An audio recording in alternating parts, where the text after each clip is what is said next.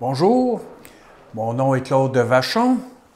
Aujourd'hui, je suis dans Acte 28, le dernier livre le dernier chapitre, c'est-à-dire de l'Acte des Apôtres. Alors, j'espère que vous avez votre Nouveau Testament et que vous allez l'ouvrir à Acte 28, la finale.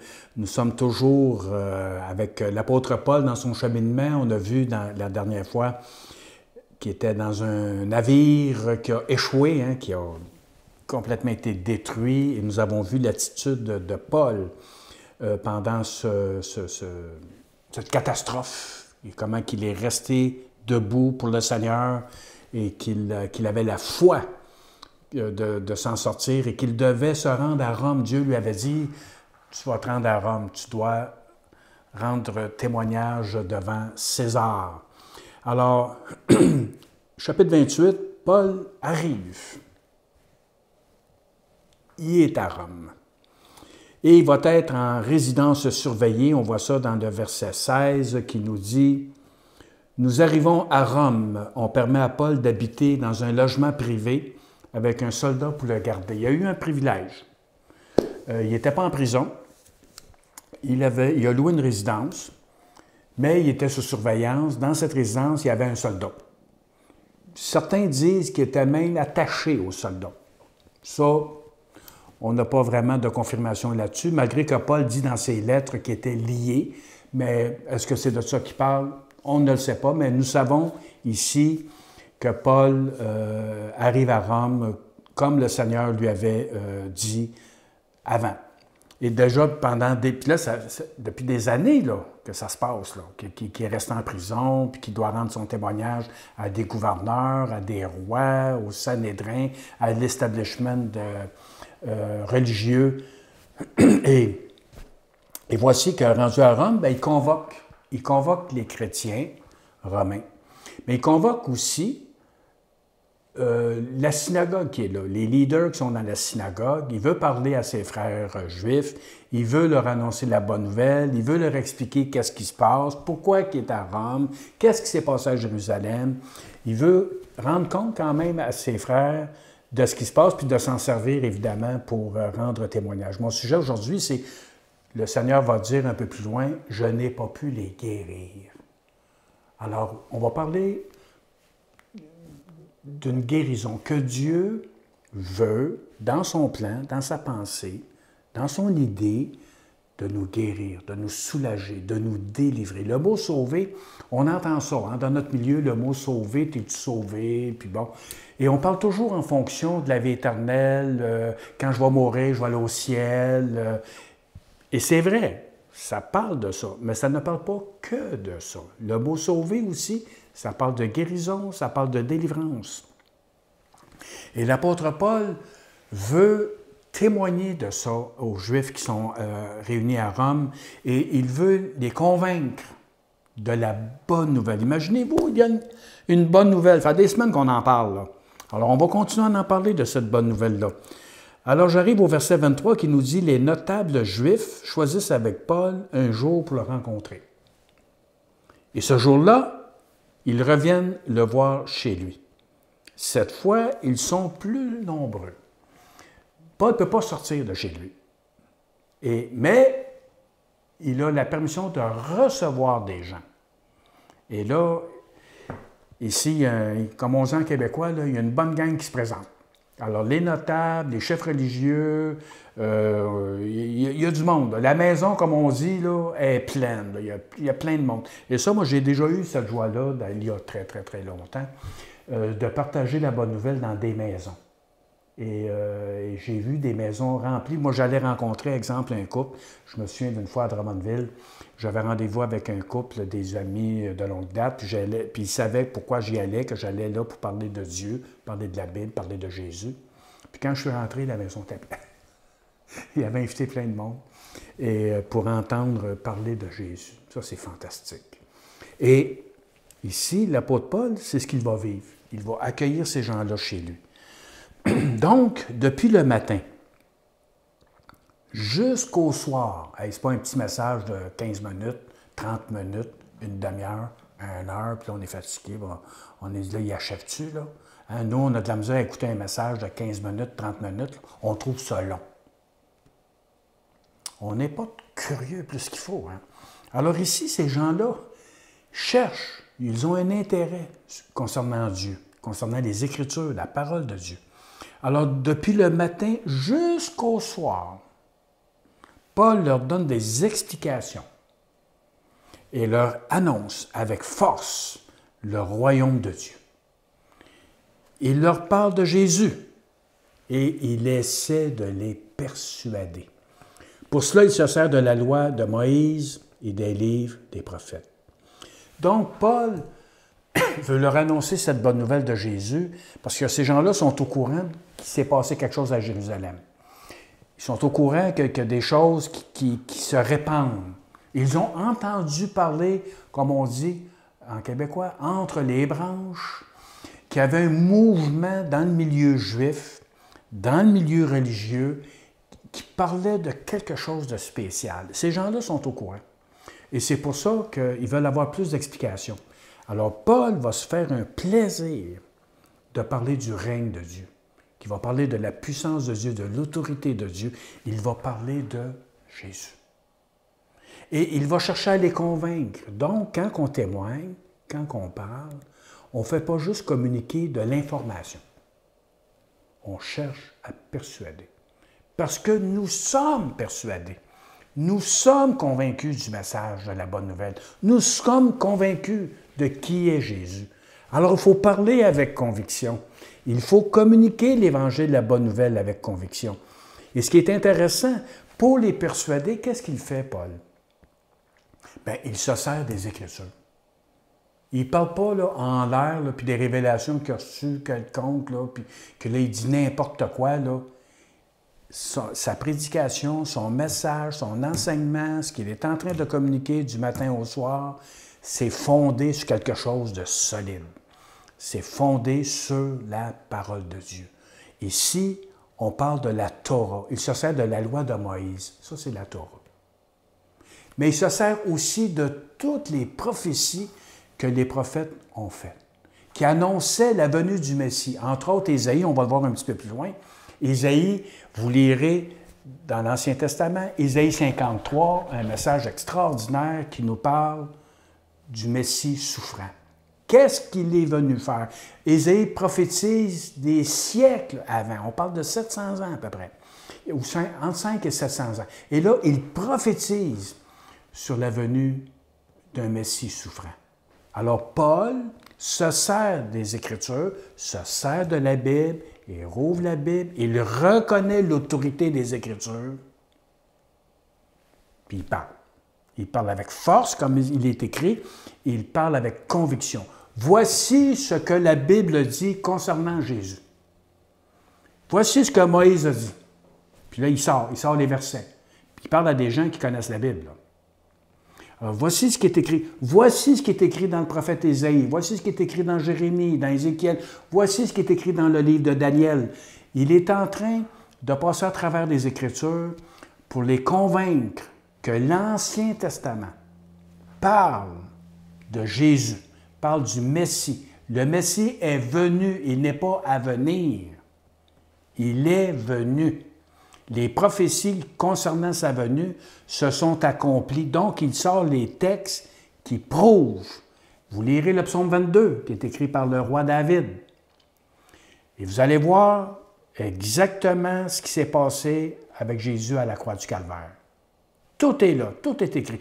Il y a plein de textes dans l'Ancien Testament qui se sont accomplis dans la personne de Jésus. Il est impossible que Jésus de Nazareth, un homme qui est né à Bethléem, soit capable d'enligner sa vie sur tout ce qui concernait la venue du Messie. Il ne faut toujours même pas dire aux Romains, bien là, c'est écrit qu'il faut que vous me clouez des clous dans les mains et les pieds. Il ne peut pas. Il ne faut pas dire ça aux Romains. Là, le gars, là, il faut accomplir Ésaïe 53. Là, il faut accomplir Psaume 22. Là, il faut que vous me donniez à boire. Comprenez-vous? Il ne pouvait pas manipuler les gens autour de lui pour accomplir avec exactitude tout ce qui était écrit des siècles auparavant. Juste ça. ça devrait vous convaincre de l'autorité des Écritures, de l'autorité de la parole de Dieu. Juste ça, ça devrait vous convaincre que Jésus, il est le Messie. Il est celui que Dieu avait prévu pour venir nous sauver, nous donner la vie éternelle. C'est lui que Dieu a choisi. Juste les deux petites phrases que je viens de vous dire, là, devraient vous convaincre. Alors, voyez-vous, c'est ça que Paul est en train de faire. Il est en train d'expliquer, puis il cherche à persuader, puis il dit, écoutez, là, ce que je suis en train de vous dire, j'invente rien. Tout est là. Tout est là. Tout est écrit. Fait que là, les autres sont là, puis ils écoutent la prédication, puis bon, c'est intéressant. Fait que là, c'est fini. Verset 24. Les uns sont persuadés par ce qu'il a dit. Ils se sont laissés convaincre. Ils ont vu que Paul était solide. C'est un pharisien, là, c'est un gars qui connaît la loi, là, qui connaît la parole de Dieu. Là. Pas un deux de pique, ça, là. Et là, puis là, il y a des gens qui sont là, qui eux aussi sont instruits, là. Fait qu'ils sont capables de vérifier tout ce que Paul est en train de dire. Maintenant, c'est une question d'attitude. Je suis devant quelqu'un qui est convaincu, qui rouvre la Bible, qui est en train de me l'expliquer, et que moi, j'ai une certaine notion, on a quand même un cerveau, là, hein? Et là, je vérifie ce qu'il est en train de dire. C'est ça qu'ils font, là. Puis c'est correct. C'est correct de le faire. Moi, je vous le dis, vérifiez ce que je suis en train de vous dire. Ouvrez le Nouveau Testament. Ouvrez la parole de Dieu. Allez voir. C'est vrai ce qu'il dit, là? Ou ben non, il fabule, il dit n'importe quoi. Allez voir par vous-même. C'est important, mais avec une bonne attitude. Si vous êtes fermé en partant, il ne se passera rien. Alors, et c'est ça qui se passe là. Donc, il y a un groupe qui est devant l'apôtre Paul. Les uns sont persuadés par ce qu'il dit, mais les autres refusent de croire. Ils ne croient pas. Et j'aime cette traduction-là parce que j'aime le mot « refuser ». Ils refusent. Il y en a qui croient. Puis là, il y en a, Paul cherche à les persuader, comme quand il a essayé de persuader le roi Agrippa, puis qu'il a dit, là, si tu continues, tu vas me convaincre d'être un chrétien. OK? Parce que là, il comprenait la solidité, le raisonnement de l'apôtre Paul, comment ce qui était appuyé dans ses affaires. Fait qu'Agrippa, il résistait, puis là, il était conscient qu'il ne pouvait pas être sous l'autorité de l'empereur, du temple, puis du Christ en même temps. Là, il réalisait ça, là. Fait qu'il a refusé de croire. Il a dit, là, si tu continues, tu vas me convaincre, va-t'en. Il l'a sorti. Ici, c'est la même chose qui se passe. Alors, il y a des gens qui sont là, puis écoutent. Comme vous m'écoutez, où en êtes-vous? Qu'est-ce que vous pensez? Êtes-vous prêt à entendre la parole de Dieu, à entendre le message qui est dans la parole de Dieu? À ouvrir votre cœur, parce que c'est toute une question de cœur, et c'est ce qu'on va regarder dans les versets qui s'en viennent. Alors, au moment de partir, verset 25, au moment de partir, ils ne sont toujours pas d'accord entre eux, parce que là, il y a un débat qui part, là. Parce que là, il y a des gens qui croient, ils disent ce que Paul est en train de dire, c'est fantastique, c'est exactement ça. Puis là, il y en a d'autres qui disent, ben non, regarde, on veut pas croire à ça, on peut pas. Ça rentre pas dans nos affaires, ça rentre pas dans nos croyances. Là, il est en train de shaker nos croyances, il est en train de nous ébranler, puis on veut pas, nous autres, là. Nous, on est en sécurité dans nos croyances, on est en sécurité dans notre religion, dans notre philosophie. Il est en train de nous ébranler, fait que là, il y a un débat. Ils se parlent entre eux. Paul, il voit ça, là. Là, il voit ce qui se passe. Au moment de partir, ils ne sont toujours pas d'accord entre eux. Paul leur dit seulement, « L'Esprit Saint avait raison quand il a dit à vos ancêtres par la bouche du prophète Ésaïe. » Alors là, il va citer un texte encore. Alors, il retourne dans les prophètes, il retourne dans le livre d'Ésaïe, puis là, il va leur parler, il va leur expliquer qu'est-ce qui est en train de se passer à ce moment-là. Puis il dit, votre peuple. Fait que c'est comme comment est-ce qu'il dit ça, excusez-moi, vos ancêtres. Vous faites comme vos ancêtres. Quel est ce texte? Ésaïe. C'est Ésaïe 6, chapitre 6, versets 9 à 10, que l'apôtre Paul va citer. Va voir ce peuple, c'est Dieu qui parle à Isaïe. Va voir ce peuple et dis-lui, vous entendrez bien, mais vous ne comprendrez pas. Vous regarderez bien, mais vous ne verrez pas. Oui, ce peuple ne veut pas comprendre. Ils ont bouché leurs oreilles, ils ont fermé leurs yeux, ils n'ont pas voulu voir avec leurs yeux, entendre avec leurs oreilles, comprendre avec leur cœur. Ils n'ont pas voulu se tourner vers moi. C'est pourquoi je n'ai pas pu les guérir. Là, il nous montre le chemin. Voulez-vous être guéri? Voulez-vous une guérison profonde dans votre vie, dans votre cœur, dans vos émotions, dans vos pensées? Est-ce que vous voulez rencontrer Dieu? Est-ce que, pas juste la connaissance intellectuelle, la connaissance théologique, la connaissance doctrinale n'est pas suffisante. Et l'apôtre Paul, il en parle parce qu'il y a affaire à des gens qui sont comme ça, qui connaissent la Bible par cœur, qui sont capables de citer des versets, qui sont capables d'expliquer des grands mystères, des grandes choses, mais ils sont déconnectés. Ils ne sont pas en relation. Paul est en train de leur expliquer, de leur parler d'une personne qui est le Messie, puis là, ça ne rentre pas. L'information ne rentre pas. Dans la Bible des peuples, ça dit « Oui, ce peuple a la conscience endurcie ». Quand on vit dans le compromis, quand on vit dans le mal, quand on vit pour nous-mêmes, qu'on est des êtres complètement focus sur nous, qu'on vit dans le péché, dans le mal, c'est pas obligé d'être des crimes. Tu sais, il y a des gens qui me disent « ben moi, je n'ai jamais tué personne ». Bon, c'est fantastique ça, heureusement. Mais vivre dans la haine, c'est pas mieux, là. Vivre dans la rancune, vivre dans la colère, dans la violence, dans la vengeance, c'est pas mieux, là. Ça aussi, c'est quelque chose de... Et ça, ces choses-là, qu'est-ce que ça fait? Quand je demeure dans cet état-là, mon cœur s'endurcit. Ma conscience s'endurcit. À un point tel qu'à un moment donné, je fais des choses sans m'en rendre compte, je fais du mal, je pense et je commets des choses, puis bon, c'est pas grave, tout le monde le fait, puis bon, regarde. On banalise. Plus que la conscience s'endurcit, plus qu'on banalise. On essaye de se protéger de ce qui se passe, et là, il ne faut pas juger, puis là, il ne faut pas... Puis on sort des belles choses, hein? On sort des versets, on sort des pensées pour se protéger. Ce peuple a la conscience endurcie. Dans la Bible Pléiade, ça dit « Car le cœur de ce peuple s'est encrassé.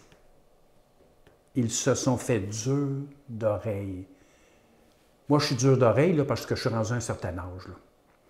Mais ici, on parle de dur d'oreille spirituelle. Dieu parle. Vous entendez la parole de Dieu. C'est comme ça rebondit. C'est comme ça ne rentre pas. Dès qu'on a fini, vous l'oubliez. C'est ça qu'ils font. Et même, je trouvais ça intéressant, le mot « le cœur de ce peuple s'est encrassé ». C'est exactement ça qui se passe. Tout ce que nous regardons, tout ce que nous entendons, il y a beaucoup de saleté. On ouvre nos pensées, nos yeux regardent des choses qui nous détruisent, qui fait beaucoup de dommages à l'homme intérieur. Fait que là, on cherche des techniques pour s'en sortir. Fait que là, on fait du yoga, on fait de la méditation transcendantale, du zen, on essaie de faire des choses, des voyages, on va dans le bois, on va dans les sentiers. On essaie d'essayer de trouver une sérénité, un calme à quelque part. Puis ça marche jusqu'à un certain point. Mais ça, c'est temporaire. Ça, c'est le temps que je suis là. Quand je reviens, hein, alors je peux aller marcher sur la montagne, au Mont-Saint-Bruno, c'est extraordinaire, c'est beau, faire le tour des lacs, c'est paisible, tu entends les oiseaux, les arbres sont là, les lacs sont beaux. Moi, je trouve beaucoup de paix, de sérénité. Mais quand je reviens, là, je suis dans le trafic. J'entends plus les oiseaux, je vois plus l'eau, le ruisseau. Non, c'est tout parti, ça. Mon cœur, il est encrassé. Fait que quand même je vais là, c'est pas suffisant. Il faut qu'il se passe quelque chose d'autre. Le cœur, mon cœur, c'est le siège du raisonnement puis de la décision. Quand que tu entends la parole de Dieu, oui, je parle à ton intelligence, à ton esprit. Mais c'est pas assez, ça. C'est à ton cœur qu'il faut que je parle. C'est ton cœur qu'il faut que je touche. C'est lui. C'est lui qui va dire oui ou non. C'est lui qui va dire ça a du sens. C'est la parole de Dieu, je crois. Et c'est encore lui qui dit je refuse de croire. Je ne crois pas ça. C'est le cœur qui parle. Toi, tu penses que c'est ta tête, là, mais c'est le cœur, c'est les émotions. Tu le rejettes, tu le sors. Alors, c'est pour ça que le fait que le cœur est encrassé par toutes sortes de détritus du monde qui met dans ma tête, dans mon cœur, c'est ça qui explique le dysfonctionnement de l'oreille. L'oreille spirituelle n'entend rien parce que le cœur est encrassé. C'est bloqué, il y a un blocage. Et les yeux, ils ne voient rien. Les yeux ne voient pas. Les yeux ne voient pas le spirituel. Les yeux, eux, voient le matériel. Moi, je crois ce que je vois. Hein? Comme on dit dans certains secteurs au Québec, je crée juste ce que je vois. OK. Est-ce que tu crois qu'il y a des galaxies? Tu ne les vois pas. Est-ce que tu crois que l'univers, tu ne le vois pas. Puis les télescopes ne voient pas tout, là. Ils ne voient pas la fin de ça, là. Ils ne voient pas où que ça arrête. Comprenez-vous? Le cœur, c'est de voir le Christ. Pendant qu'on vous parle, c'est de voir la bonne nouvelle que Jésus est le Sauveur, il est le Seigneur. Ce qui encrasse le cœur, ce qui l'endurcit, c'est le péché. Le péché qui est toléré. Le péché qui est excusé. On ne dit plus ça au péché, là, je le sais, là. Mais ça existe pareil, même si on ne le dit plus.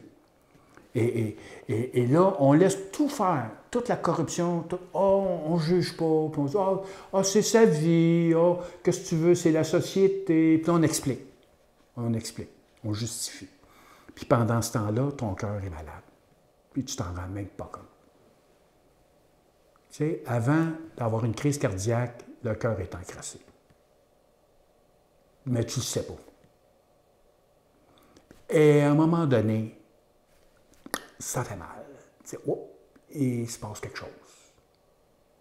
Soit que tu meurs, ou tu passes à travers, mais il faut que tu ailles voir le cardiologue.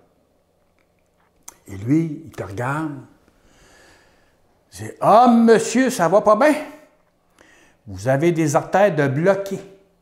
Votre cœur est encrassé. Vous êtes bloqué à 90 70 On va être obligé de nettoyer ça, mon cher petit monsieur. Hein? On appelle ça des stents. Moi, j'en ai 7, moi, stents. Moi, j'étais encrassé pas mal. Et je ne le savais pas. Et même quand le médecin me dit, « T'es jamais solide, là. » Ben voyons, je pensais qu'il faisait une joke. J'étais debout, j'étais en forme, je m'occupais de mes affaires. Je ne sentais pas de douleur. À un moment donné, je l'ai senti la douleur.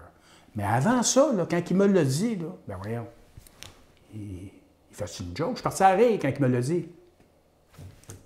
OK? Le cœur est encrassé. Votre cœur est encrassé. Le mien était encrassé. Je ne le savais pas. Mais à un moment donné, j'en ai pris conscience. Puis quand Paul explique la bonne nouvelle, puis qu'il met de la pression, puis qu'il cherche à persuader, c'est ça qu'il essaie de leur faire comprendre. Votre cœur est encrassé, vous avez besoin d'être guéri. Vous avez besoin d'un chirurgien, un cardiologue, pour débloquer tout ça, si vous voulez continuer à vivre. Moi, ça fait 13 ans. Ça fait 13 ans que je suis posé être parti. Mais parce qu'il m'a décrassé, ben, j'ai survécu. Ça fait 13 ans de plus. Puis encore peut-être quelques années s'il veut.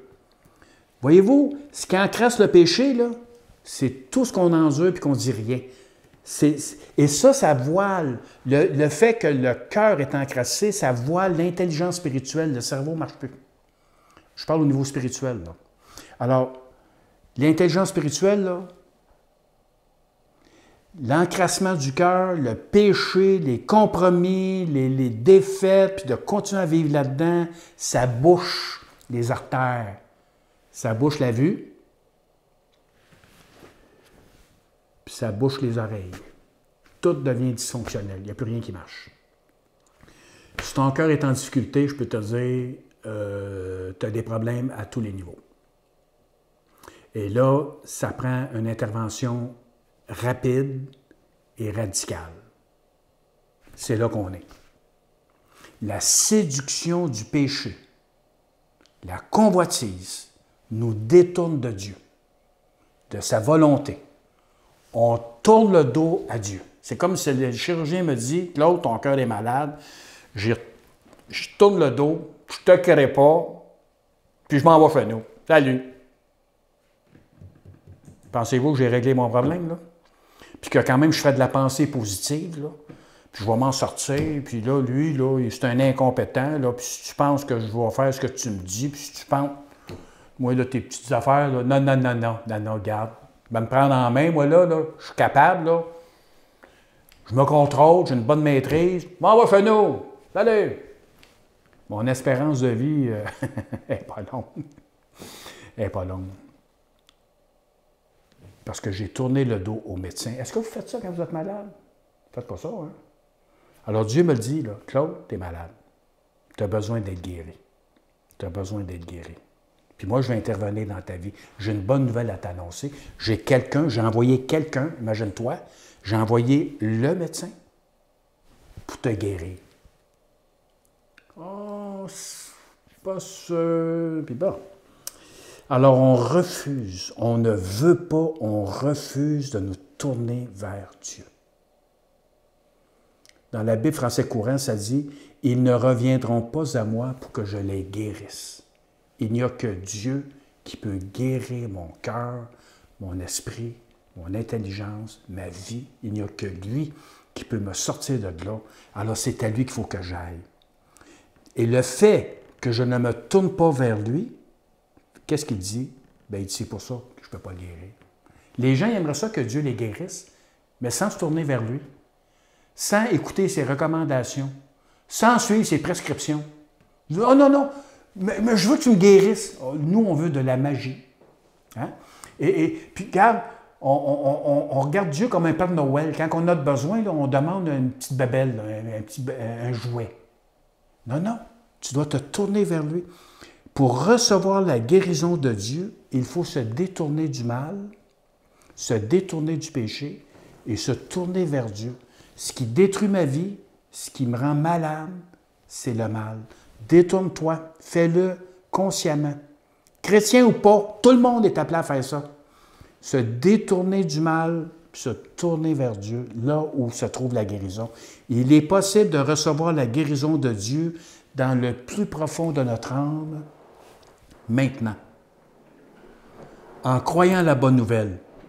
Mais si on refuse, hein, ils ont refusé de croire.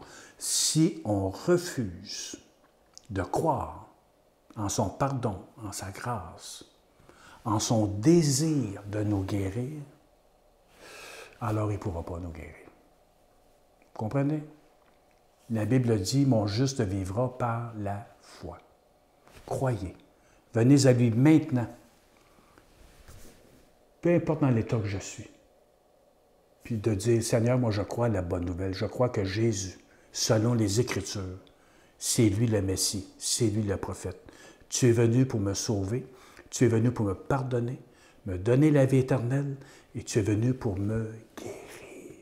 J'étais malade, j'étais détraqué, mon cœur était malade. J'ai une souffrance qui m'habite ou qui m'habitait.